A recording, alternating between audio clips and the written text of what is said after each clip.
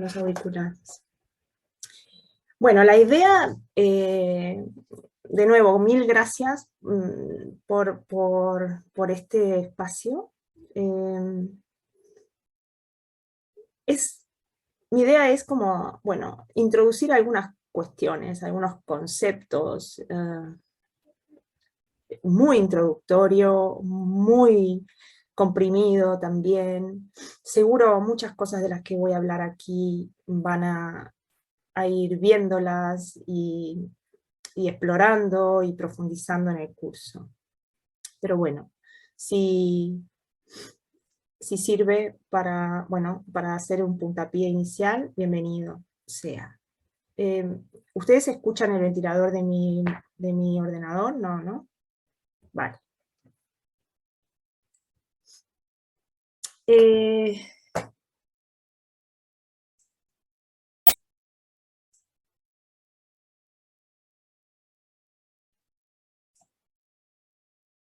Ahí se fue. Nada, me gustaba como el concepto este de ir desplazándome por distintas cuestiones, ¿no? Hacer como una cartografía de mi presentación y hacer vínculos entre algunos conceptos que me gustaría como desarrollar y contarles. Vamos a comenzar, si me deja, ¿no?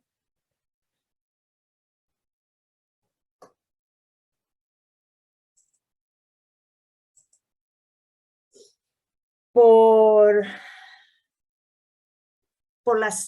lo que es el feminismo.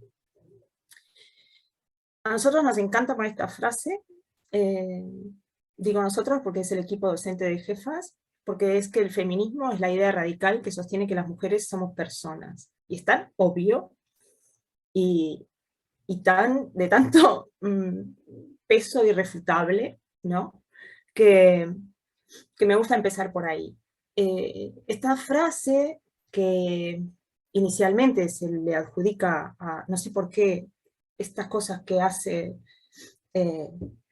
los medios y el sistema mediático de replicar y consolidar cuestiones, ¿no? Se lo adjudica a Angela Davis. En realidad es Mary Shea. Mary Shea era una periodista y cuando hace una reseña para un diccionario feminista de un periódico también feminista, en 1986, es que bueno, hace esta reseña y escribe esta frase que bueno, que nos parece que no tiene,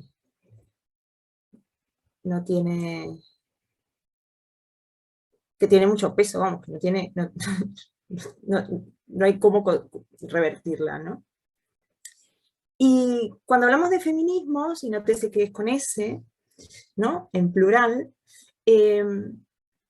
decimos que los feminismos, al igual que otros movimientos, han generado pensamiento y acción, teoría y práctica. Hablamos en feminismos en plural porque es un movimiento heterogéneo y no se conforma con un cuerpo de ideas cerrado.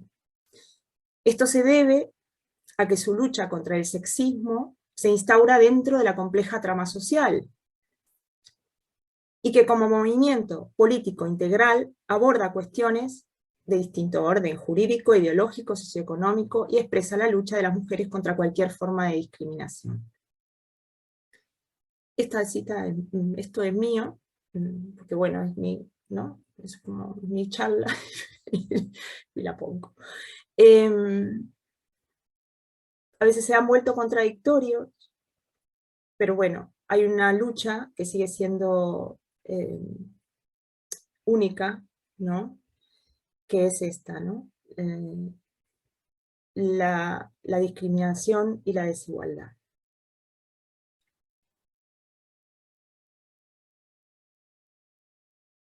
Esto es lo que vemos, esto es lo que vimos ayer, y esto es lo que vemos en las calles, y es la lucha con el cuerpo, digamos, ¿no?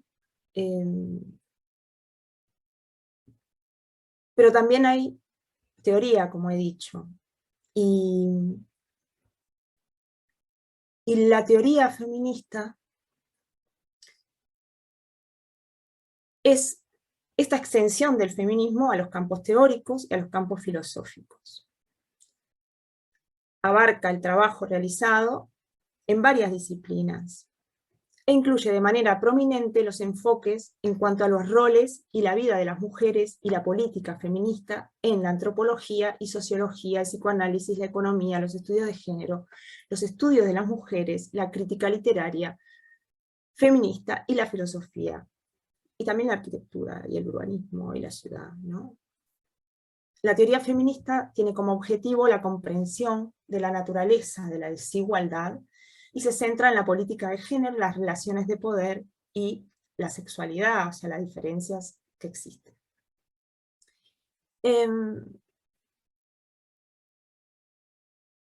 Cuando los feminismos se articulan, ¿no? Se articularon como crítica, ¿no? Filosófica, fue cuando se conformaron como una teoría crítica recién. Teoría, bueno, claro, la palabra teoría, la etimología de la palabra teoría es ver, ¿no? Yo veo, ¿no? Entonces, la teoría crítica es hacer ver, es poder observar desde una mirada crítica estas relaciones jerárquicas entre los sexos e identidades.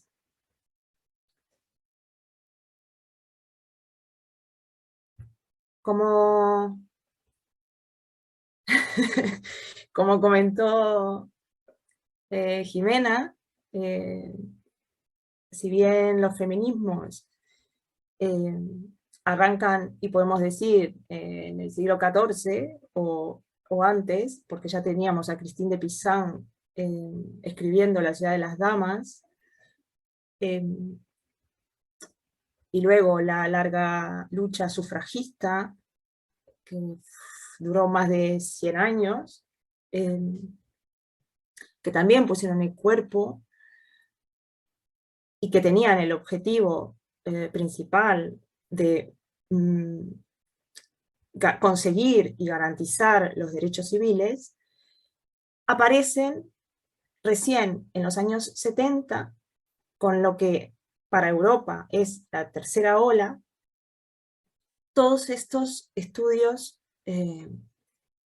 teóricos de género y de mujeres. En principio eran estudios de las mujeres, luego aparece el término de género, etc. Y esto es casi como un spoiler o una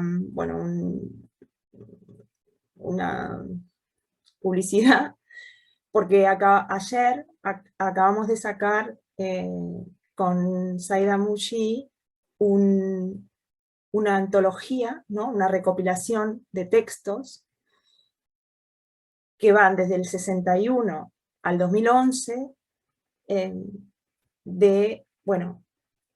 son pensamientos feministas para arquitectura, pero no solamente, ¿no? Hablamos de conceptos generales de arquitectura, de feminismo, tiene un capítulo de historia, tiene un capítulo de enseñanza, etc.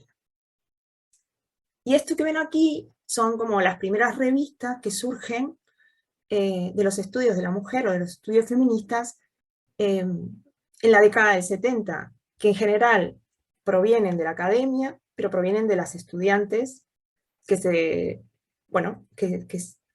disciplinas diversas, que empezaron a sentar bases y a escribir sobre esto.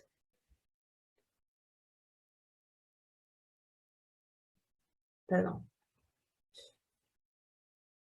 Siguiendo con un poco de los conceptos, porque mapea taller de cartografías colectivas con perspectiva de género,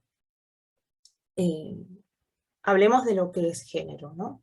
¿Qué quiere decir, no? Esta construcción cultural a la que se le adjudican roles, actitudes, aptitudes, ¿no? Distintas a hombres y a mujeres en función de su sexo biológico. Es una categoría de análisis social y analítica y que surge para explicar estas desigualdades entre hombres y mujeres, poniendo el énfasis en la noción de multiplicidad de identidades. ¿Qué pasa? Lo femenino y lo masculino se conforman a partir de una relación mutua, cultural e histórica.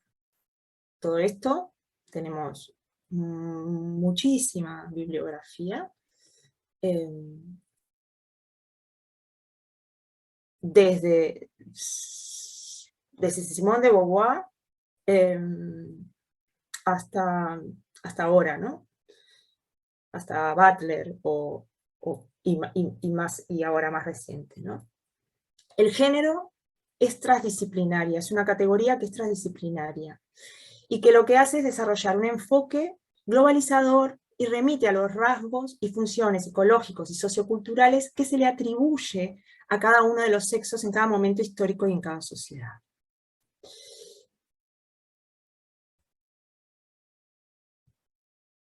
Hay muchísimas definiciones.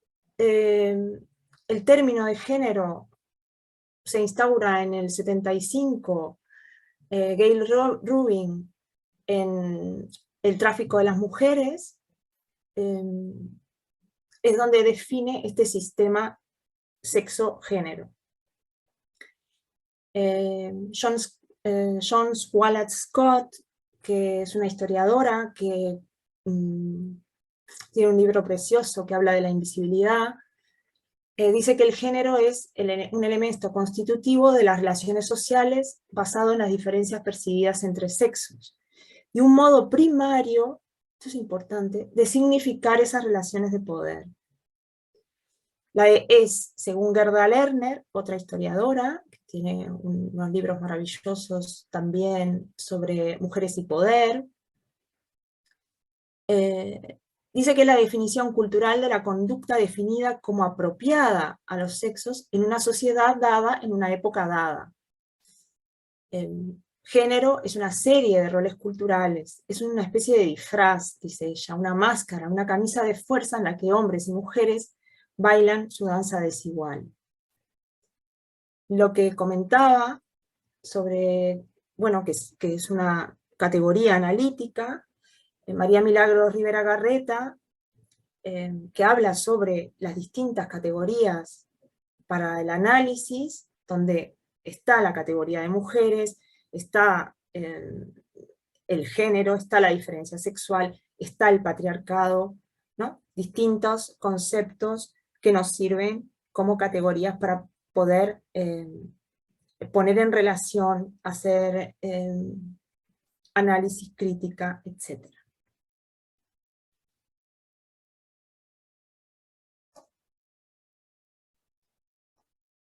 Pero entonces, el patriarcado, ¿no?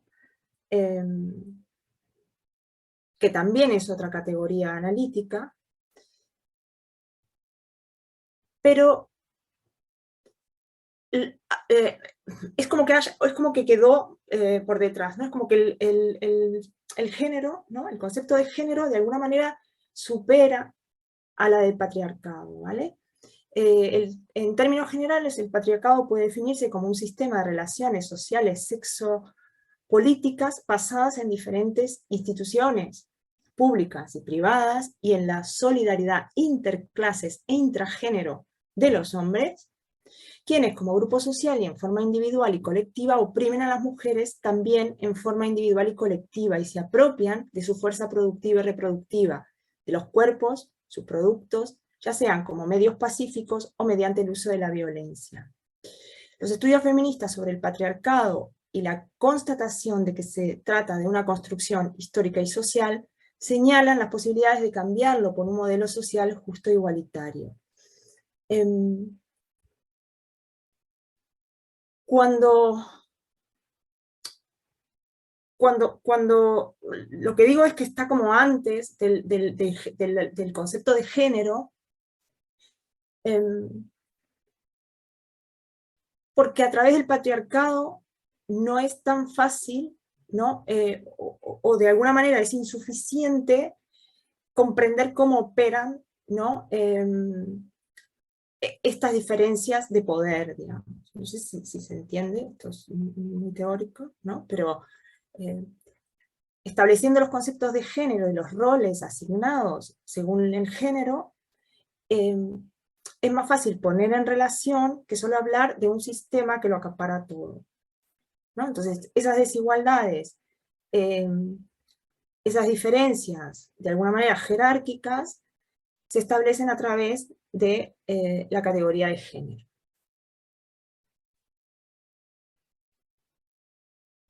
Bueno, arriba hay otra definición que habla sobre, dice que es el sistema resultante de un proceso que dura siglos y que dispone la sociedad bajo la articulación de un cúmulo de cosas, de ideas, de mitos, de creencias, que son, y esto es importante, universales e inmutables, ¿no? Y cuyo valor simbólico se reduce a la organización sociopolítico-cultural en torno a estas dicotomías jerarquizantes basadas en la diferencia sexual. El género, como categoría social, sin duda es de las contribuciones teóricas más significativas del feminismo contemporáneo. El género no es un tema. El género, la perspectiva de género, es una mirada, es una perspectiva. Actualmente corremos el riesgo, porque claro, sobre todo a nivel político o institucional, de entenderlo como un ítem más, ¿no? Hay que cumplir, ¿no? Hay que ser políticamente correcto y hacer el checklist, ¿no? Eso hace que en general no se instaure en las decisiones, en las contribuciones, en los proyectos, de manera transversal, ¿no? Sino que se lo considere como un ítem agregar, ¿no? Bueno, este es un tema de género. Lo mismo le pasa a la parte de la sostenibilidad o de la sustentabilidad y lo ambiental, ¿no? Que deberían de ser temas que son transversales a cualquier iniciativa, a cualquier proyecto, y sin embargo aparecen, ¿no? Como en un nicho aislado, ¿no? Como en un ítem, ¿no? Bueno, y ahora vamos a hablar de género. Marta Lamas dice que las elaboraciones históricas de los géneros son sistemas de poder con un discurso hegemónico y pueden dar cuenta de la existencia de los conflictos sociales. Es, con otras palabras, lo que hemos venido diciendo, ¿no? Entonces, problematizar las relaciones de género lo que hace es romper con la idea del carácter natural de las mismas, ¿vale? Si nosotros asumimos que yo cumplo un rol de género femenino porque nací biológicamente con vulva, ¿no? Y lo asumo como naturalmente, lo que hace el sistema de género, la categoría analítica, es que lo pone en cuestión, que eso no me habilita, digamos, o sea, a tener determinadas funciones, roles, pensamientos, actitudes, etc. La perspectiva de género implica reconocer que una cosa es la diferencia sexual y otras son las atribuciones, ideas, representaciones, prescripciones sociales que se construyen tomando como referencia a esa diferencia sexual, lo que acabo de decir, pero más bonito.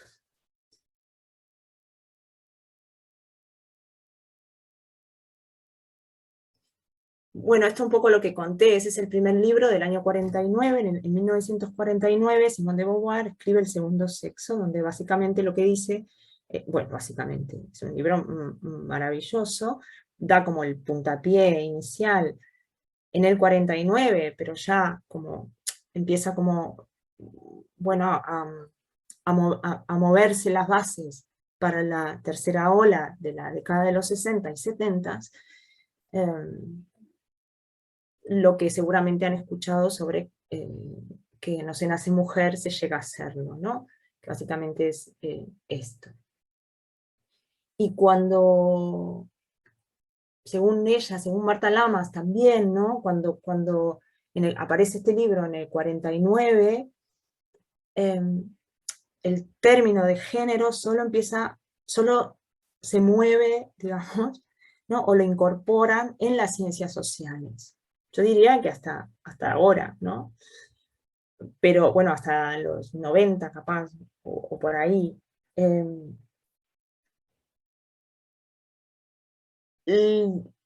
Dice que, claro, a partir de los años 70 se instaura. Cuidado, porque también el término género no significa lo mismo en español que en inglés, ¿no? Y entonces, bueno, eso a veces en las traducciones, eso cambia las cosas, pero bueno, no, solo a fines de los 80, como decía, o principios de los 90, es que adquiere como consistencia, ¿no? Y empieza a tener también mucho impacto en América Latina, y en las feministas latinoamericanas, que ya venían haciendo reivindicaciones desde muchísimo antes, porque como en los 70s, no sé si todas y todos saben, pero bueno, como que Nuria Varela lo explica muy bonito, que es como los feminismos se desbordan, ¿no? Veníamos de un feminismo que buscaba solamente solamente, poder tener acceso a los derechos civiles, ¿no? Al sufragio, al acceso a la educación, etc. Y empieza como la diversidad en los 70, los feminismos, ¿no? El feminismo lésbico, el feminismo latinoamericano, el feminismo en África y en la India, y en Asia, perdón, el ciberfeminismo, bueno, ¿no? Empieza como la diversidad.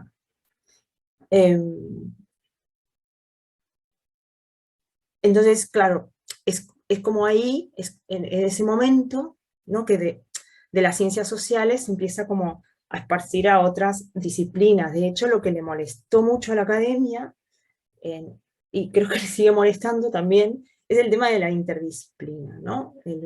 La teoría feminista se basa en esta conjunción de áreas temáticas de aprendizaje, de enseñanza, que, bueno, aquí vamos a hablar, y en el curso van a hablar de urbanismo, pero también van a hablar del derecho a la ciudad, ¿no? Y creo que eso lo único que consigue es como enriquecer cualquier discurso, cualquier proyecto, etc.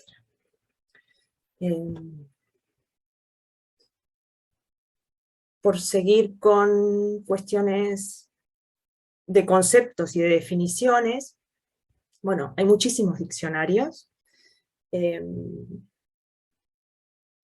latinoamericanos y europeos, y quería traer esta foto de estos señores, que son los señores de la RAE, ¿no? Porque en su tercera acepción, la palabra género dice que es el grupo al que pertenecen los seres humanos de cada sexo, entendiendo desde un punto de vista sociocultural en lugar de exclusivamente biológico. Esta aceptación es muy reciente, pero muy reciente, de hace unos pocos años, ¿vale? Sus definiciones, en general las RAE, ¿no? Simplifican y ahorran el lenguaje. Hay una guerra instaurada con los del lenguaje inclusivo, con los señores de la RAE, que no sé, han sido 400, creo, desde que existe, y ha habido 11 mujeres, ¿no? El lenguaje está vivo, eso está claro. Y entonces ellos consideran que el lenguaje está vivo cuando tenemos que decir Twitter, que ya está aceptado, friki, almóndiga, pero bueno, recién para 2026 se está planteando el concepto, incluir el concepto violencia de género, ni siquiera machista, ¿no? Violencia de género, Eso, en un diccionario dice que ya incluye Saska o Muesli, ¿no? Es verdad que, ya está, que el término violencia de género ya está incluido en el jurídico, ¿no? Por ejemplo, en un diccionario, en el español jurídico existe claramente, porque tiene que existir, con todas las deficiencias que tiene y como ya sabemos funciona el sistema jurídico para las víctimas, ¿no?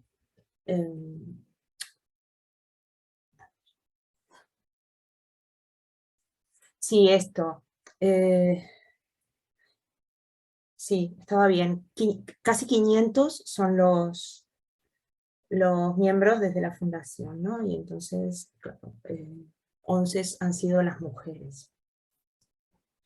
Se fundó en 1700 y pico, 1713. No sé. Seguimos con algunos conceptos, así a ver si les podemos dar algún uso. Vamos a hablar de interseccionalidad, que seguro, capaz que muchos de ustedes están súper aburridos porque ya conocen todo esto, pero bueno, me parecía importante como establecer, ¿no? Dejar como algunos conceptos un poco planteados para después meternos en los temas de cartografiar, mapear, explorar, usar metodologías, pero con algunos conceptos más claros. Se le suele atribuir el término a Kimberly Crenshaw, ¿no? Pero, porque creo que es en el año 89 que aparece este concepto, y habla de que la interseccionalidad es el estudio de las identidades sociales solapadas o intersectadas y sus respectivos sistemas de opresión, dominación o discriminación. La teoría de la interseccionalidad sugiere y examina cómo varias categorías biológicas, sociales, culturales, como el género, la etnia, la raza, la clase, la discapacidad, la orientación sexual, la religión, la casta, la edad, la nacionalidad y otros ejes de identidad interseccionan en múltiples y a menudo simultáneos niveles.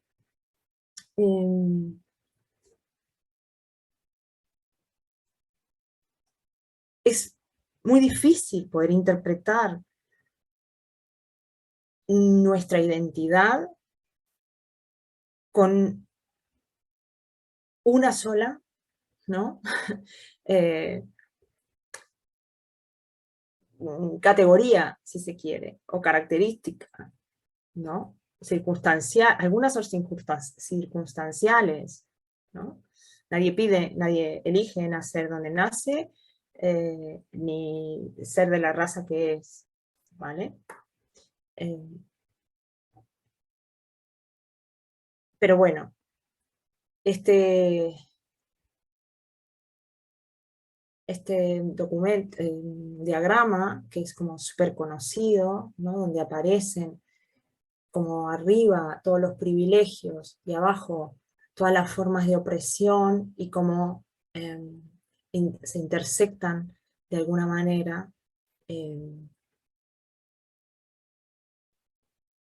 Claro, arriba dice privilegios y normas sociales, ¿no?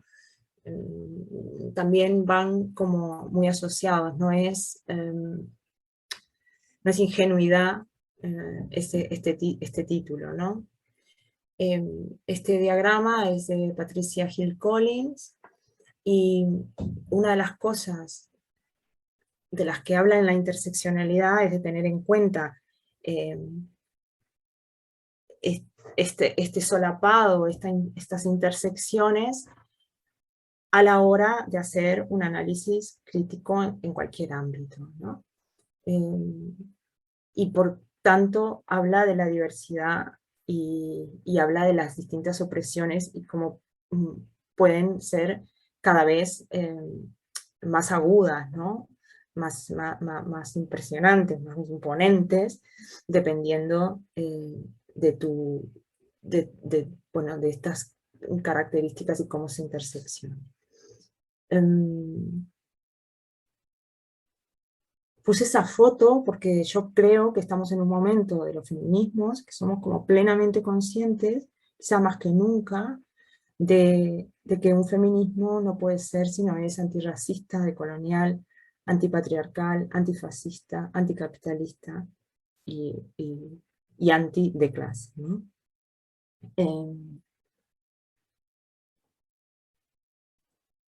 Tenía un dato que es que, bueno, que esto es del 89 y este concepto se le adjudica a ella, pero aparece un concepto antes, en el 77, mmm, también del movimiento feminista, ¿no? Que era un movimiento feminista multirracial, que no aparece con el nombre de interseccionalidad, pero sí aparece con el nombre de simultaneidad.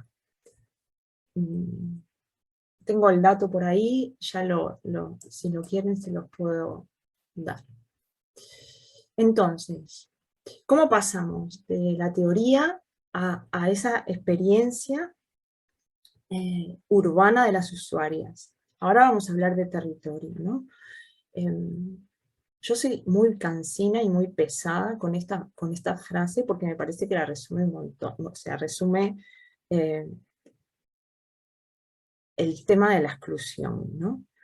Los espacios, dice Linda McDowell, que es una geógrafa, surgen de las relaciones de poder. Es todo lo que venimos hablando hasta ahora y para lo que se usa la perspectiva de género. Las relaciones de poder son las que establecen las normas, y las normas son las que definen los límites, que son tanto sociales como espaciales, porque determinan quién pertenece a un lugar y quién queda excluido, así como la situación o emplazamiento de una determinada experiencia. Y esto pasa en estos espacios sociales como espaciales. Cuando se habla de, puede pasar en una plaza, para entendernos, y, y puede pasar con una obra de arte, ¿no? O con la experiencia, no sé, de una científica o de, eh, no sé, un documento civil, etc. A mí también me gusta agregar que, que son tanto sociales como espaciales, y también creo que hay un espacio lingüístico, ¿no? Que justo lo vimos recién, eh, que también, ¿no? Son normas que van definiendo los límites y determinan quién pertenece a un lugar y quién queda excluido, ¿no? Con el lenguaje inclusivo pasa mucho.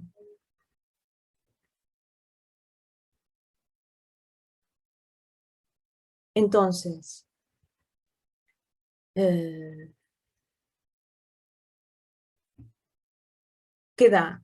Da las formas y organizaciones territoriales como esta, que ya conocemos, y que da igual, esto es México, esto es Santa Fe, pero, pero que son todas iguales, ¿no? Quiero decir, eh, esta, esta exclusión, de alguna manera, da lugar a esta forma territorial, a esta organización territorial, eh, y que con diferencia de lugares, de contextos, lo que explican son las mismas cosas, ¿no? Explican lógicas de poder y lógicas de exclusión.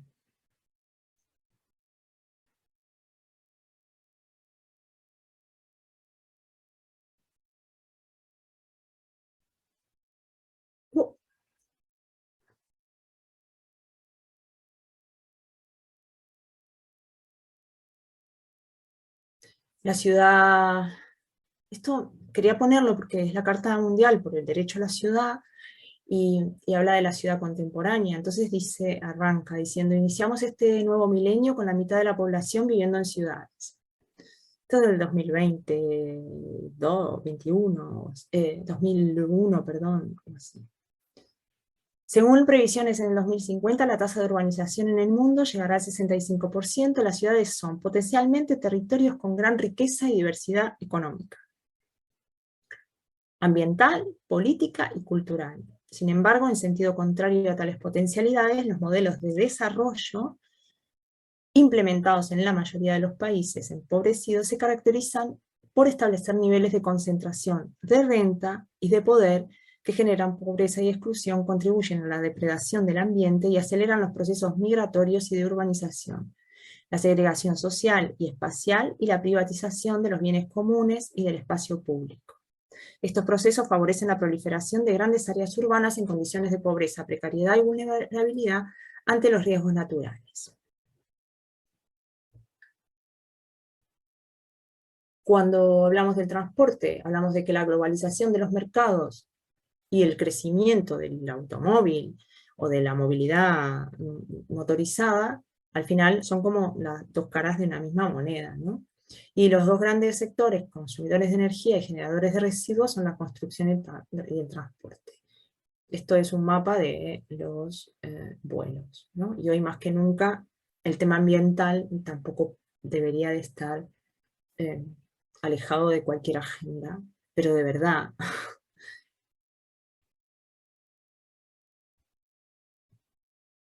También tenemos que, cuando hablamos de eficiencia energética y medio ambiente, estamos hablando también de salud, ¿no?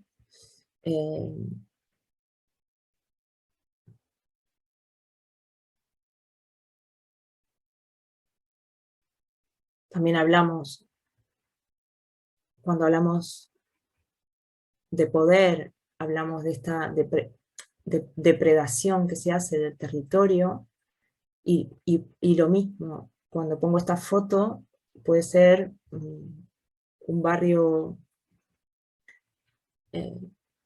bueno, cerrado, donde en realidad no hay un control, digamos, del medio ambiente. Entonces se hace uso del territorio de manera casi despiadada. Bueno,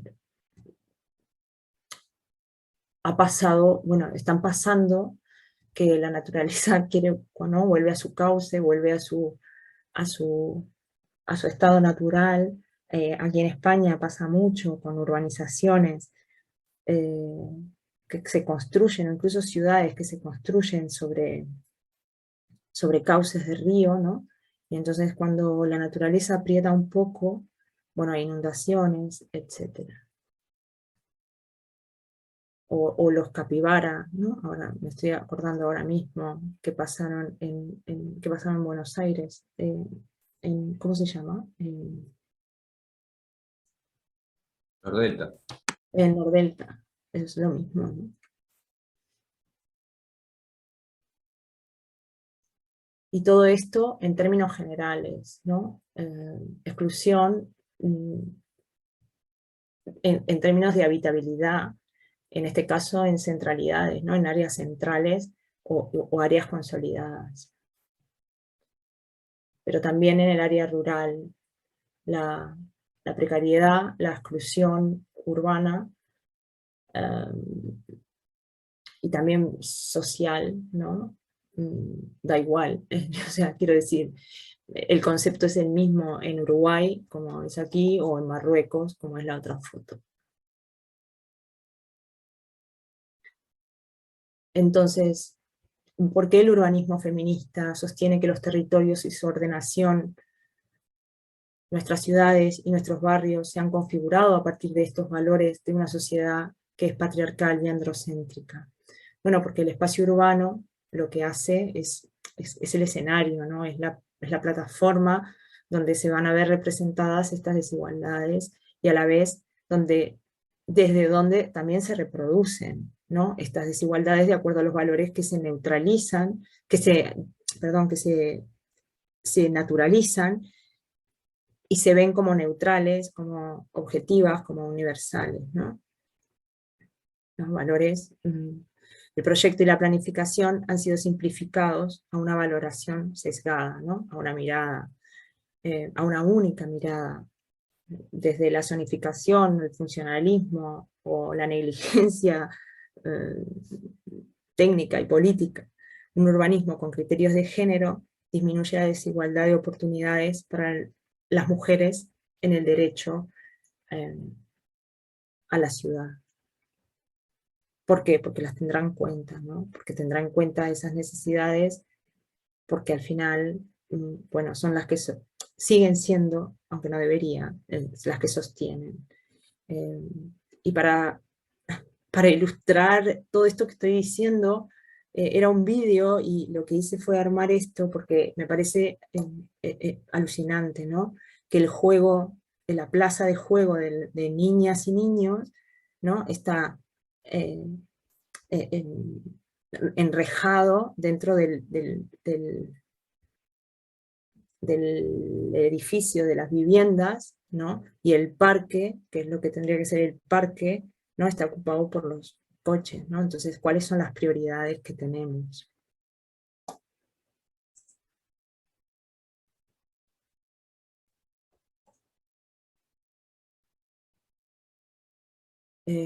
Cuando decíamos que nuestras ciudades y nuestros barrios se configuran a partir de valores de una sociedad que es patriarcal y androcéntrica, como estamos en la clase de, de ver conceptos y definiciones, me parecía importante hablar de lo que es el androcentrismo, que es esta visión del mundo y de las cosas desde el punto de vista teórico y del conocimiento, en la que los hombres son el centro y la medida de todas ellas, ocultando y haciendo invisible todo lo demás, entre ellas las aportaciones y contribuciones de las mujeres a la sociedad.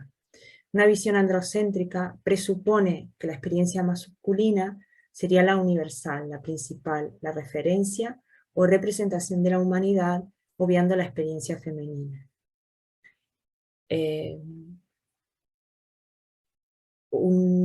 Un evento androcéntrico está bien al de Venecia, del 16, o el modulor como referencia única, inamovible, que no admite diversidades, ¿no?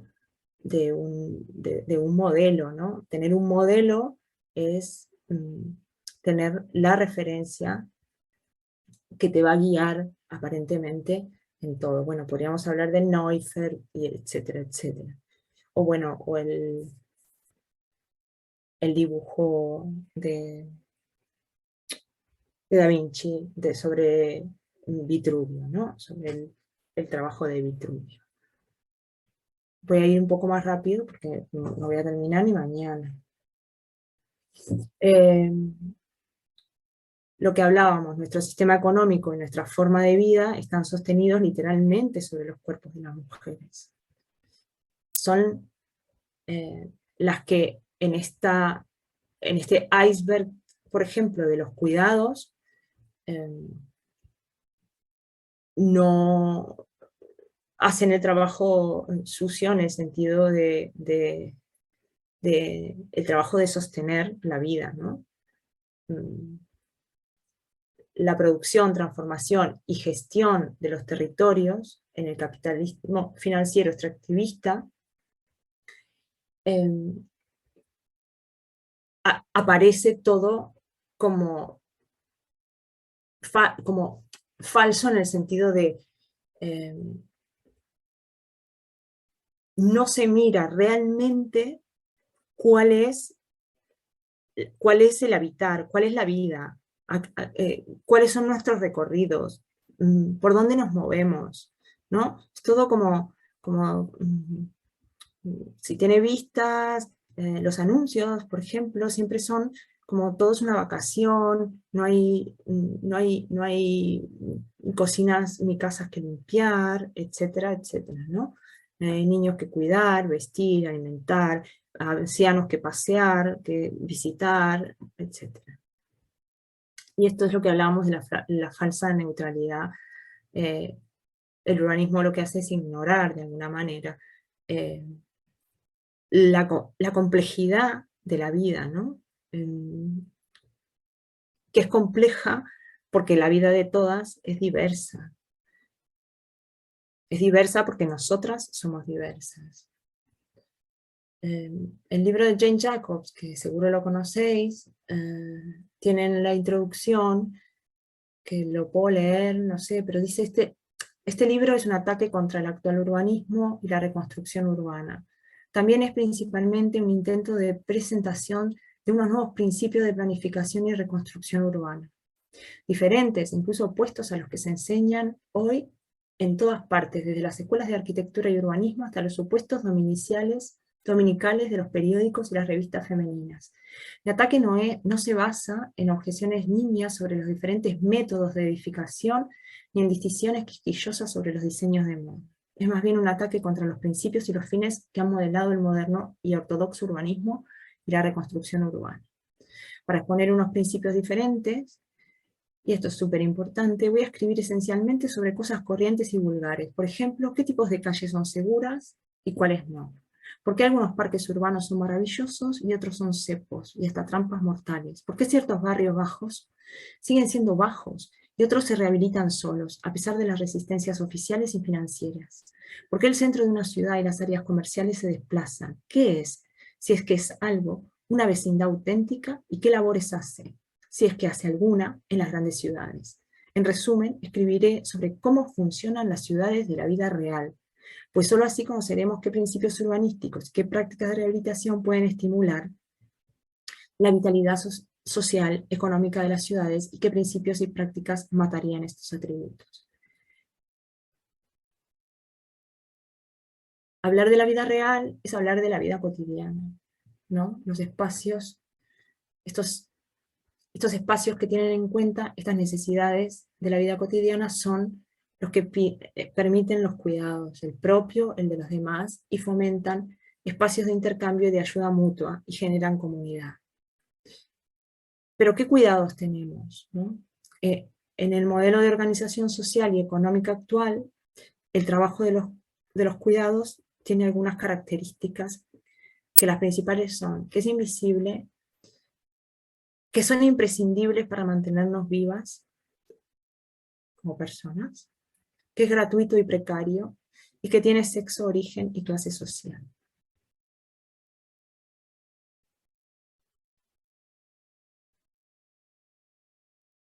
¿Y qué es el urbanismo feminista? Pues el urbanismo con perspectiva de género parte de la base que el urbanismo no es neutro y que nuestras ciudades y nuestros barrios se han configurado a partir de los valores de una sociedad que es patriarcal y que la forma física de estos espacios ha contribuido y contribuye a perpetuar y reproducir estos valores. Frente a esto, el urbanismo feminista propone poner la vida de las personas en el centro de las decisiones urbanas. Y para eso hay que mirar, y hay que mirar más, y hay que mirar mejor. Estas son dos fotos que hice cuando vivía en Granada, porque esto es la salida de una escuela, ¿vale? Entonces no hay pacificación. Esto es una avenida donde pasan muchos coches, además aquí hay un parking, etc. Esto son filas indias que se producían, bueno, en una acera, porque hay determinadas decisiones urbanísticas que hacen de estas ciudades, o de este espacio en concreto, un espacio trampa. Esto es un trabajo para el Plan Municipal de Igualdad de La Zubia, que también es una ciudad en la provincia de Granada, donde, bueno, ahí hay parte del informe, pero básicamente es quién está, perdón, ¿no? ¿Quién, quién prima en este espacio urbano, ¿no? ¿Quién tiene los privilegios aquí, ¿no? O aquí?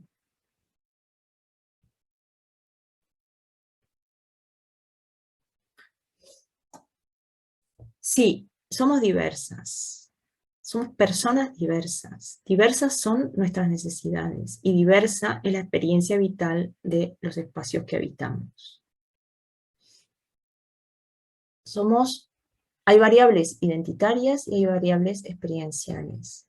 ya lo habíamos visto, edad, origen, identidad sexual, unidad de convivencia, la clase social, la diversidad funcional que podamos tener, incluso culturales.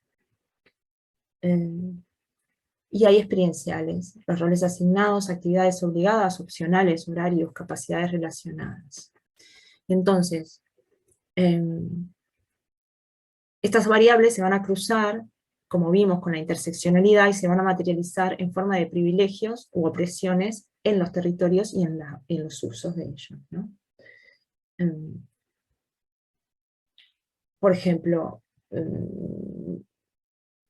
no sé, no es lo mismo vivir y experimentar la ciudad siendo un chico, joven, adolescente, homosexual, de origen extranjero, que una persona, una señora mayor, que vive sola, que tiene que moverse con un caminador, por el espacio público, etcétera, ¿no? ¿Qué pasa? Se vivirán los espacios de maneras muy diferentes porque sus experiencias vitales y sus necesidades eh, son distintas, ¿no? Son diferenciadas. Entonces, creo que debemos dejar de simplificar y entender que el habitar nuestras casas y nuestras ciudades como hechos complejos, ¿no? No, este es un trabajo que, bueno, sí, un trabajo en un barrio, ¿no? Que tiene una configuración muy estupenda, pero tiene estos problemas, ¿no? Aquí, cualquiera que ve esto, ve, no sé, 5 problemas por lo menos, ¿no? De seguridad, para empezar, de accesibilidad, para seguir, etc. Entonces, perdón, volviendo a lo de la vida real, ¿no? Esta vida real es la vida cotidiana de la gente, de las personas, ¿no? Y no es necesario solamente saber las actividades que realizan, ¿no? Sino cómo las realizan, en qué horario las realizan, ¿no? Cómo se mueven, cómo llegan hasta ahí, cómo se sienten también, ¿no? ¿Sienten seguras, sienten inseguras, sienten estresadas? ¿Por qué se sienten estresadas, no? Porque no tienen tiempo, porque tienen miedo, porque tienen miedo ajeno, etc. Esto desde un barrio en el que vivía, que me llamaba siempre mucho la atención, que había muchos señores sentados. Entonces, mirando un poco más y mejor, me di cuenta que estos señores se sentaban ahí, bueno, yo haciendo como casi un análisis de la plaza, y me di cuenta que estaban sentados siempre en un horario que era de las 12:30 a las 2 de la tarde, que básicamente era cuando, porque yo no veía señores, yo veía que no había señoras, ¿no? Y bueno, claramente hay un rol de género de que estarían cocinando, etcétera, ¿no? O en la cocina, o... Bueno, hablemos de participación un poco, ¿no? De participación comunitaria. ¿Cómo incorporamos estas diversidades, ¿no? Estas diversidades de experiencias, de personas, estas diversidad de necesidades que son sumamente importantes de incluirlas en cualquier proceso y proyecto, ¿no? Bueno, una de las maneras, no la única, pero una de las maneras de tener de primera mano datos más de tipo vital, experiencial, es la participación comunitaria. Con personas individuales, con colectivos o asociaciones, ¿no? Con un sector de la comunidad. Entonces, estos actores, actoras, informantes, personas de referencia y sus roles juegan como un papel fundamental, ¿no?, en este triángulo, que esto es un triángulo de la gestión del hábitat de Esteban de Manuel, que él siempre habla de que para que no se deforme, para que siempre siga siendo equilátero, ninguna de las dos, digamos, ninguna de las tres puede sufrir modificaciones, ¿no? Porque si el peso está en la tarea administrativa o política únicamente, ¿no?, empieza a haber como una descompensación. Igualmente el tema de los técnicos, lo decía Jimena al empezar, ¿no?, hablaba también de la academia, etc. ¿No? O también, hablando de, me acordaba de Edgar Morin, ¿no?, que decía que una intervención modificadora, como en este sistema, ¿no?, en uno de estos tres términos, modifica al otro de alguna manera, ¿no? Entonces pensar quiénes producen la ciudad, para qué y para quiénes, ¿no? Y esta frase, que es de Jane Jacobs, habla de que los procesos que tienen lugar en las ciudades no son comprensibles solo para los expertos. Muchos ciudadanos corrientes ya los entienden perfectamente. Lo que ocurre es que no han puesto nombres a estos procesos, o bien no han reparado en que, si queremos, podemos dirigirlos, ¿no? Estos son algunos ejemplos de trabajo colectivo con las personas. Esto es en Jinan Astut, en Larache, en Marruecos, que se hizo una consolidación de barrios, la Universidad de Sevilla, un grupo de investigación muy cercano. Entonces se hizo un proyecto casa a casa, en este caso porque también consolidaban el barrio, un barrio de pescadores que lo iban a derribar, y con ayuda, o sea, cooperación internacional, pero con la Universidad de Sevilla y el grupo de investigación del Grupo Social de Gestión Social del Hábitat, se hizo un trabajo pero maravilloso. Yo les recomiendo que lo busquen y lo vean, porque incluso ganó un premio, porque transformaron el barrio, transformaron las casas, ¿no?, regeneraron el barrio entero. Este es otro proyecto que llamó Barrios en Transición, en Casería de Montijo, que es un barrio en área central, en la ciudad de Granada, pero que de alguna manera está aislado, porque bueno, es un conjunto de edificios. En este caso, bueno, yo participé en algunos de estos puntos, ¿no?, que tenían que ver más con la calidad, y hicimos cartografías con los jóvenes del instituto, ¿no?, del liceo, y con las mujeres del barrio.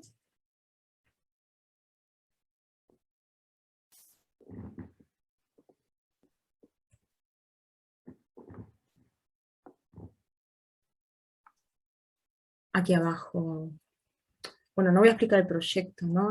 Es solamente un poco para mostrar cómo las dinámicas participativas funcionaban como herramientas con enfoque de género, ¿no? Lo que hacíamos era poder obtener información para comprender esas complejidades de la que hablaba recién, de esa vida cotidiana. Entonces hacíamos como una lectura transversal, ¿no?, y cómo se usaba esa red cotidiana de espacios públicos, de equipamientos, de comercios, de transporte, etc.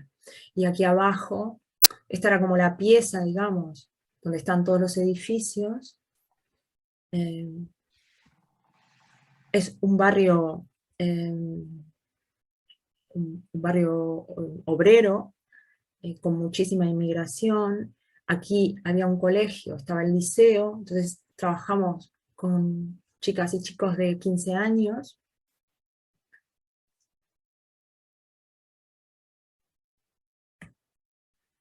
En este caso es la barriada Murillo, en este caso concreto era un equipo de mujeres, pero dentro del proyecto había más equipos, ¿no? Pero pensando en mostrarles que también había como otras formas, ¿no? Había un interés. Ellas querían, el barrio Murillo es un barrio en Sevilla y lo que querían hacer, tenían problemas de cuidados en los edificios, ¿no? O sea, en las áreas abiertas del edificio, porque estaban abiertas y porque pasaban motos, entonces estaban muy preocupadas por sus niños, porque, bueno, no podían estar jugando, etcétera, ¿no? Entonces, bueno, a través de la materialización se generó un proceso participativo para ver qué soluciones podían existir. Este concreto es el equipo que se formó de mujeres, porque ellas lo quisieron, porque había un interés manifiesto,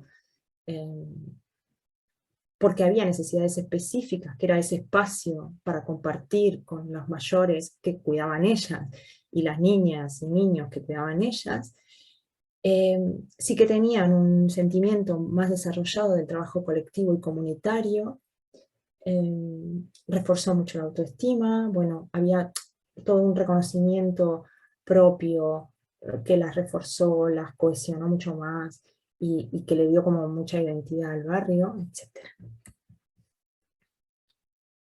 Esto tenía que ir antes, ¿no? Esto es haciendo todas las recorridas con las y los adolescentes. Y bueno, un poco para mostrar algunos mapas, algunas cartografías, se me ocurría, ¿no?, que esto al final no dejan de ser recursos, ¿no? Son formas metodológicas eh, visuales, pueden ser lúdicos, interpretativos, eh, pero al final es una construcción que es colectiva, ¿no? Y que lo que hace es, lo que contaba recién, que identifica, consolida, ¿no?, identidades, o pone de manifiesto necesidades, pero a la vez también conocimiento, ¿no? O sea, es una construcción de conocimiento también. La propuesta conceptual metodológica que lo que permite es construir ese conocimiento integral de un territorio utilizando instrumentos técnicos pero también vivenciales. Permite a ese grupo, colectivo o comunidad, construir y obtener una perspectiva global de su territorio a través de una acción participativa. También aporta conocimiento sobre el espacio geográfico, social, económico y cultural. Es una herramienta. Yo no soy experta en participación, hay expertos en participación y en formas metodológicas, pero cartografiar tiene como varias funciones, ¿no? Porque se recaba información, se hacen diagnósticos, se conoce, se organiza, se procesa, ¿no? Ya sea un territorio como un área de conocimiento. La cartografía permite organizar de alguna manera para distintas funciones, para proyectar, para difundir, para generar conocimiento, etc.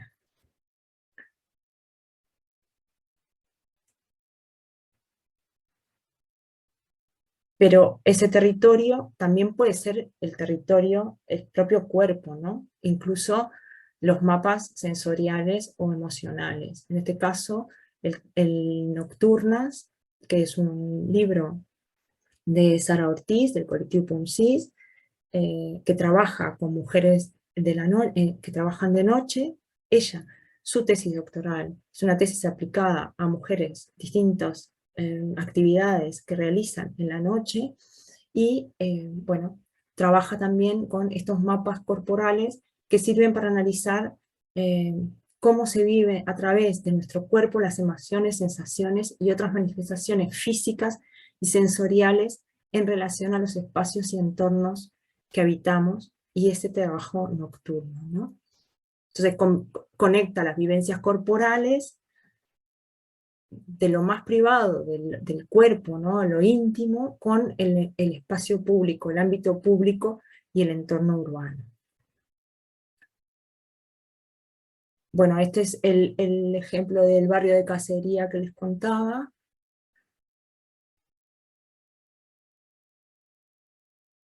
Estos son los objetivos. Esto es el trabajo que realizamos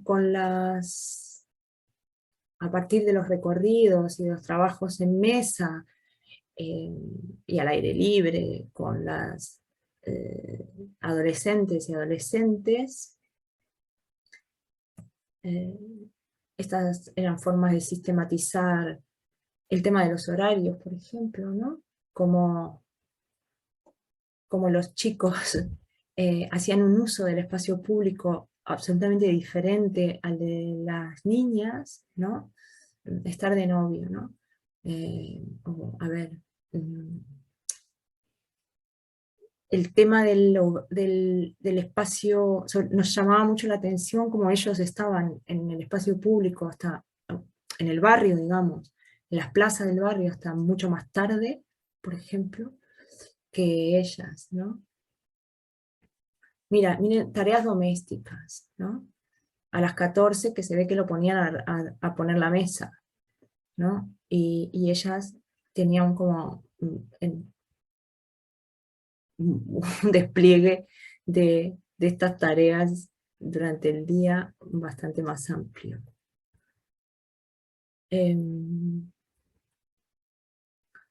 Bueno, esto era más general, ¿no? Dormir en casa, en la calle. En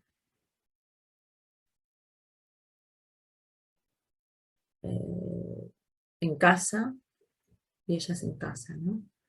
En la calle, y ellas en la calle. Esto era horario de salida de cole, etc. Bueno, y después sexualidad, ver tele, móvil, bueno, esto les quería mostrar de qué manera todo el trabajo que hicimos de participación, al final lo pudimos llevar como a bueno, a unos diagramas que pudieran comunicar un poco más.